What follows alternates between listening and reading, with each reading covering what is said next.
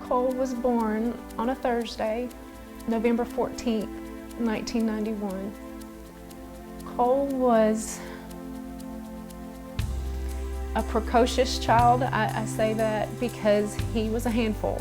He kept me on my toes, and he was a very active child.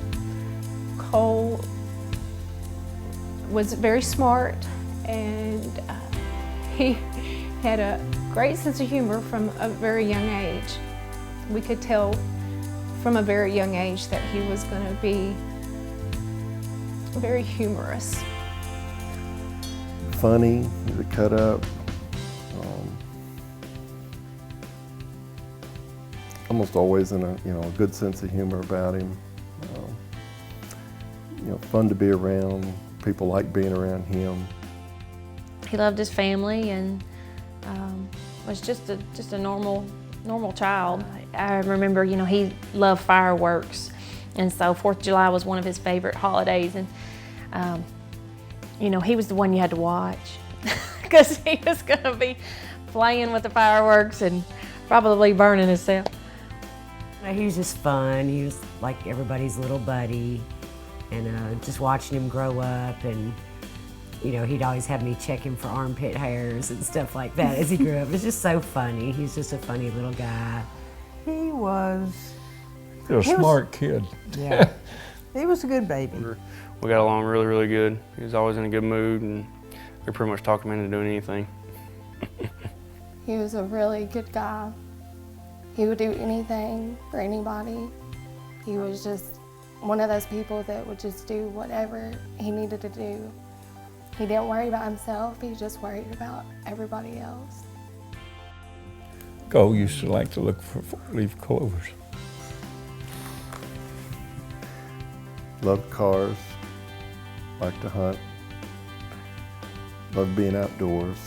He was very hanging out with his loving. friends. He was so loyal to his family and friends. He would help a stranger. He would help a friend in need. He would give you the shirt off his back. His personality was so amazing. People gravitated towards him. He grew to have a lot of friends.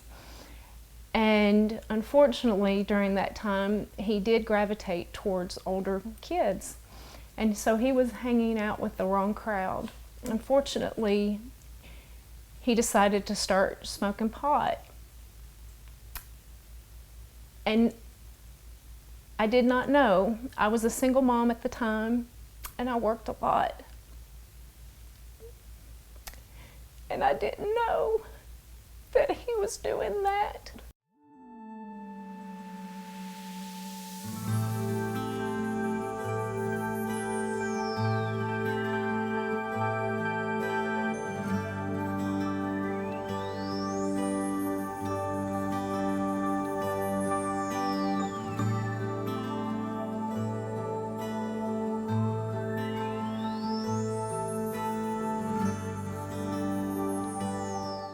And when I found out immediately, I decided to put our house on the market. And I said, Cole, we're moving back to Dickson County. That's my hometown.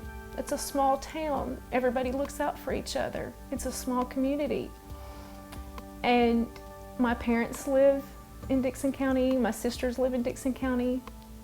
And I decided I had to make that choice to move back in an effort to keep Cole safe. And Cole was very angry at me. As his mom, he begged me, Mama, please don't move. Let's not move. He didn't want to leave Nashville. He didn't want to go out to the country. Even through that, I made it very clear that I loved him and that I was trying to do the best for him and trying to keep him safe. Cole's adjustment from moving from Nashville to Dickson was a transition. He at first did not know anybody, and as the class clown and the jokester and the person that had friends surrounding him, it was hard for him to move and not have that in his support system. So the first few months were very difficult. But once he started winning over people, it was a snap.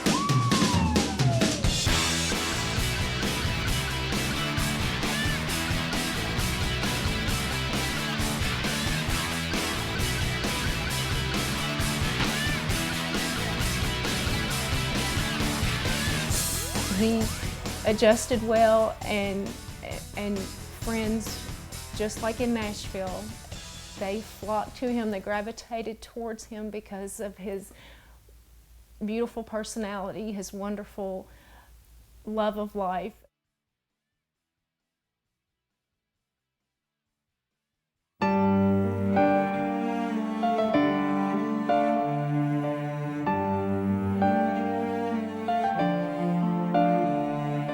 It was a Saturday, it was June 4th, 2011. It was a typical, normal, hot summer day, and Cole had gone down to his grandparents' farm, and he had been working on the farm. Cole was helping me fix the fence. So it got to be about 4 o'clock in the afternoon, and we still had some more fence to do. Cole said, let's stop. And he says, I'll see you in the morning, Grandpa. And then he came home.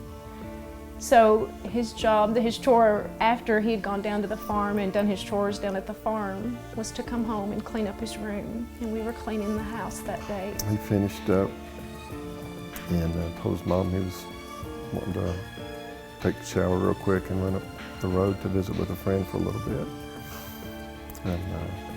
And he said he wasn't going to be long. And I said, okay. I said, be careful. I love you. And he said, I love you too. Bye. And he walked out the door, and he got in his car, and he drove just a couple miles down the road to his best friend's house. Immediately upon arriving, he pulled up, he got out of his car, and there were some people sitting around outside drinking. They started giving him a hard time about the kind of car he drove. He was really proud of his car. Cole loved cars. One of the guys said, well, I've fixed up my '66 Chevy truck. You know, let me show you how a real hot rod runs. Well, Cole knew this gentleman had been drinking, but he chose to get into the truck with him anyway. Cole had not been drinking. I mean, he'd been doing chores all day.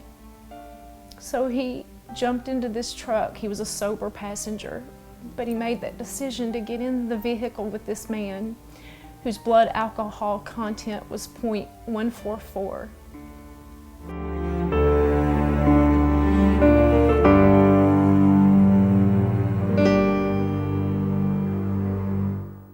They weren't very far from where they left. And we were told that the vehicle was running in excess of 100 miles an hour when they locked up the brakes. But in a split second, in an instant, they wrecked. They hit a guardrail and exploded into flames. Cole got out of the truck and came around and pulled the driver out.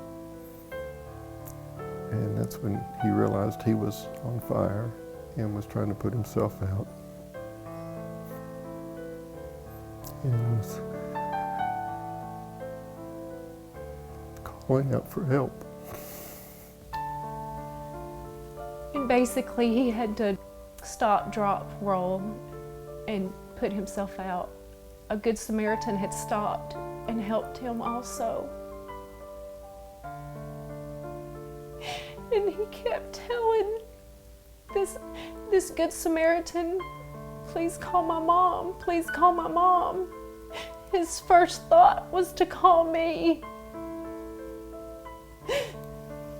He wanted his mama. He was hurt. He was so hurt.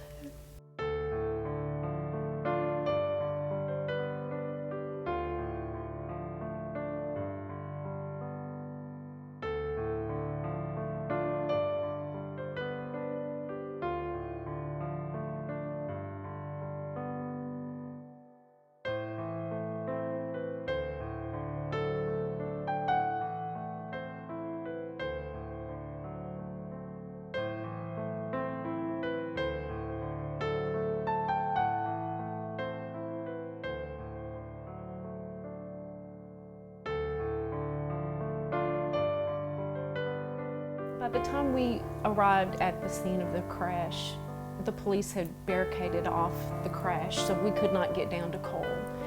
And at that point, the EMTs were on site, the ambulance was on site, and they were trying to help Cole. He told us they were going to take him on to the local hospital, and so we went there and waited. The ER nurse tried to prepare us before she let us go see Cole. Cole was burned over 95% of his body. And he had internal injuries too. His mouth, his throat, his esophagus, his lungs were terribly damaged from inhaling the flames.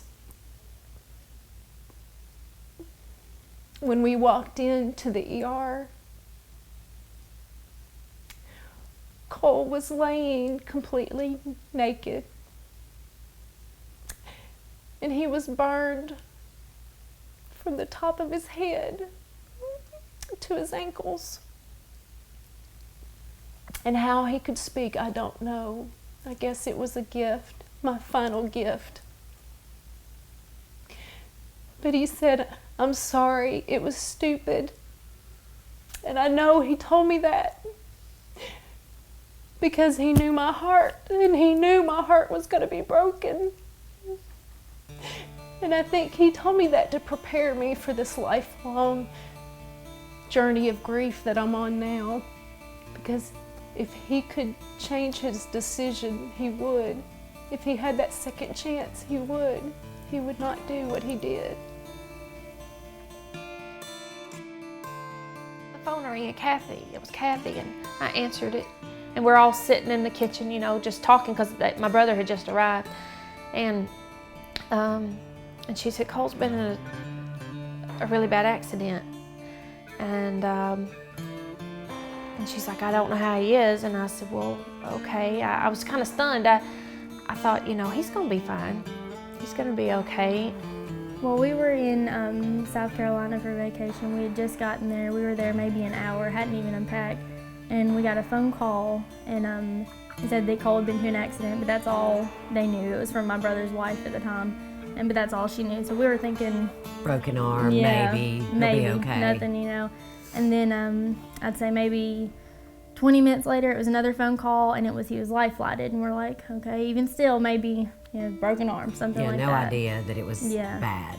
No And idea. Every phone call that we got was just worse and worse, and so we were like, well, we got to head back. Henry So- called and said Cole was in an accident, and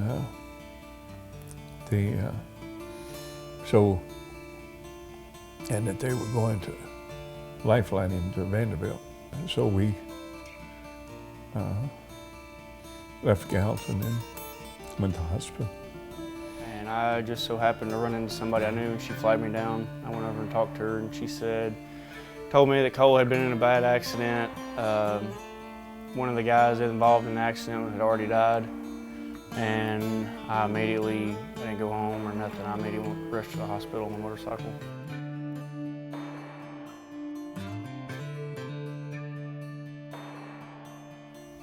And so we stayed while they put him on the helicopter, and then we went to Vanderbilt. We got there, and people started flooding in, all his friends and family. And the doctors came out and wanted to speak to Kathy and Henry. And they went down a hallway where there wasn't so many people. And I just kind of watched from, back off. And then I realized what they were telling her was not good. And I was afraid she might collapse. So I went up behind her. They gave us two choices. The first choice was they would take Cole to surgery. They would have to do unspeakable things to him.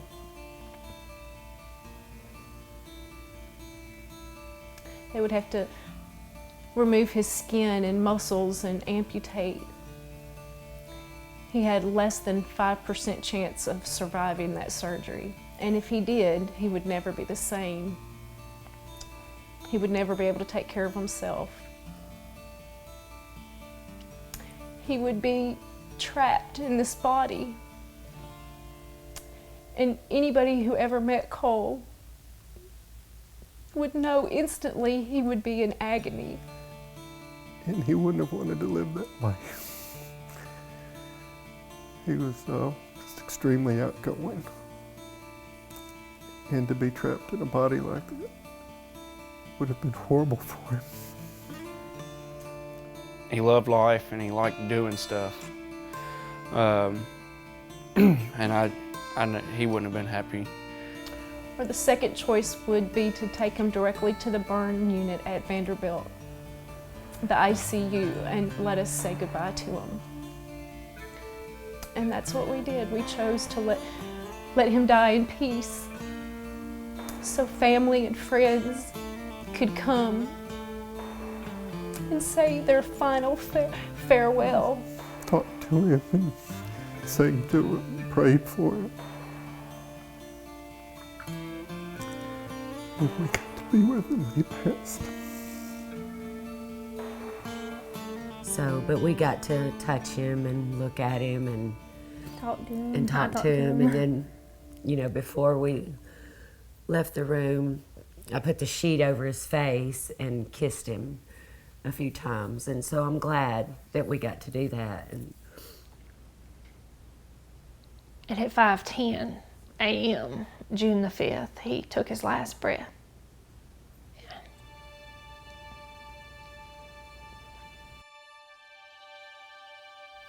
The agony of seeing your child like that is indescribable.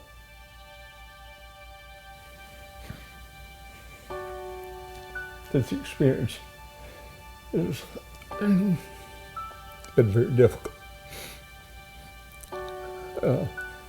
It's hard to grasp and keep going.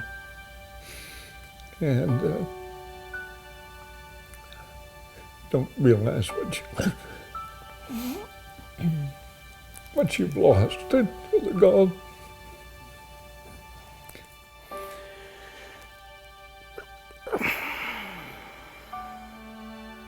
And it really hit home. I didn't, you know, it was hard. It was really hard.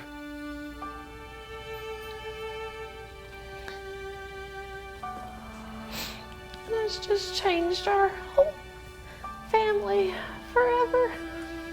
I mean, even to this day, it's just so weird that, you know, his room is right back there and he's never gonna walk out of it again. I'm not getting to see him fall in love and get married and have children. All of the hopes and dreams that we had for him that won't be realized. Not a day goes by that I don't think about him, miss him. The effects of Cole's death are far-reaching, never-ending. His loss is immeasurable to family and friends, anybody who knew Cole, anybody that loved Cole. Can't believe he's not here today. I think if that man had been responsible and hadn't drank and done the drugs he did, he wouldn't have sped like he did, and he would have been in control. I don't think it would have happened. I don't think it would have ever happened if the driver was not on cocaine and had been drinking. You know, this isn't the first person I've lost to drinking and driving. It's just really something that can be prevented. I mean, it definitely does make you think, you know, as far as personally what you would do in the situation. I used to drink and drive, you know, whether it be 1 or 2 or whatever, but now I don't. It's not worth it, and it's so easily prevented, you know. And I always tell my friends, if you're at a house, if you're drinking, if somebody's drinking, I don't care, call somebody. I would Or call a stay police there. officer and spend the night in jail for being drunk before I would get into the car with somebody impaired. Don't drink and drive. Don't get in a vehicle with someone who's drinking or impaired. You know, don't take the chance. You know, maybe you have done it before and nobody got hurt. Maybe you know someone who's done it and it was okay. Nobody got hurt. But it only takes one time. I don't think people, especially young people, understand the ramifications of their actions, particularly if it turns out to be, you know, tragic, and how it affects not only your parents, your grandparents, or siblings. As a grieving mother, I just beg you, please don't drink and drive. It's really simple. You have a choice. You don't realize the impact, the consequences of that choice, that one choice that can have in your life and those around you.